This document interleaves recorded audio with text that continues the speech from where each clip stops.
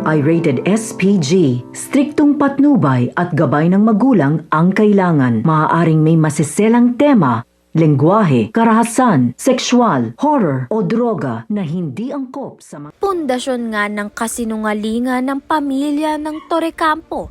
Ayan nga ang natuklasan nito ni Marge nang malaman nga niyang nagloko na naman nga ang kanyang asawa na si Paulo.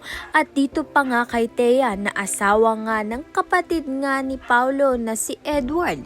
Nang makita at mapanood nga ni Marge ang video scandal nga nito ni Paulo at ni Thea na nasa cellphone pa nga nito ni Jobert, tila gumuho nga ang buhay nga nito ni Marge dahil feeling nga niya hindi nga siya tunay na minahal nito ni Paulo.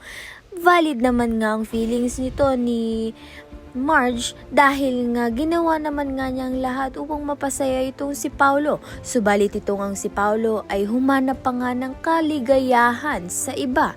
Sa kabilang banda naman nga itong si Greg ay gusto ngang tanggalin at i-delete na nga ang video nang hindi na nga ito kumalat sa social media dahil kasiraan nga ito sa kanilang negosyo. Kaya naman nga't yan at iba pa ang dapat nating pakaabangan. Maraming salamat sa iyong panonood.